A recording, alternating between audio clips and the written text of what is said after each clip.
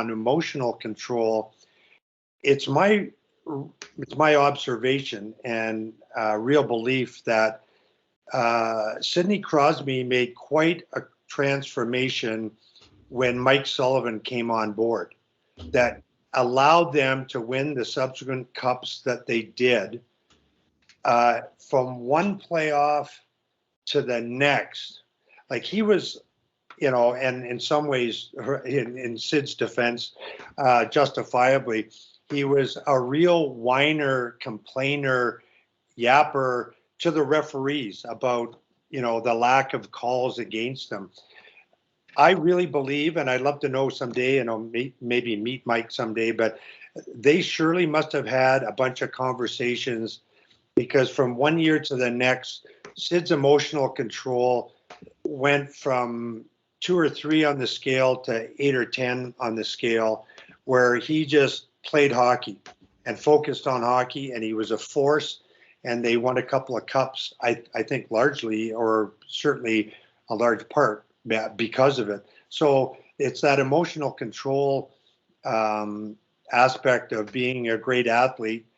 There's a fine line to walk, as we all know, whether it's in your preparation, getting too excited versus too relaxed. There's an excitement level in between that's sort of perfect, the ideal emotional state, and it carries on to the on-ice stuff. And whether it's the verbal abuse or the emotional control of yourself, really, really important part of being a great athlete and being the best you can be, and really important for all of us as coaches to recognize that element and how it is important in terms of our players being the best they can be. So team there, so his glove was near me, went to pick it up, and I pushed it. So yeah, that's because what? I'm sorry. I don't like him.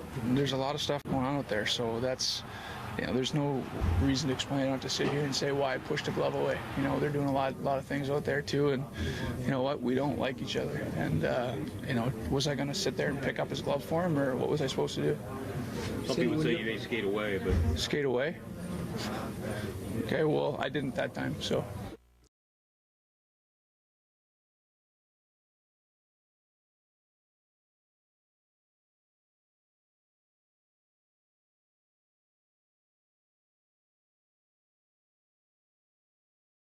thing. And it is possible as a coach to gain that.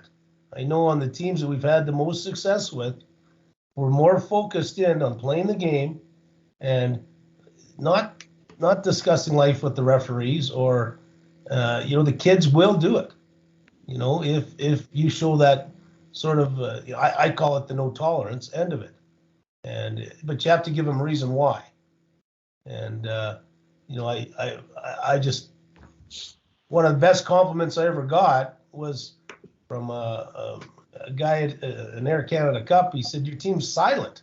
It was a referee chief. He said, "We don't hear a word from them on the ice at all." And he wondered what the deal was. And I said, we weren't a good enough skilled team to not focus in on being a good team. And that was one of the things that we pushed for, was literally zero tolerance with officials and the opposition. And I just used a simple phrase: if you got time to talk, you're not working hard enough. And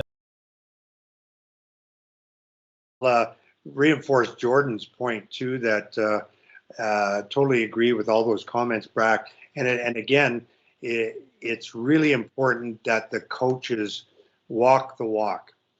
If you want your players to be silent, like Brack's team was, then as a coach, you got to walk that walk.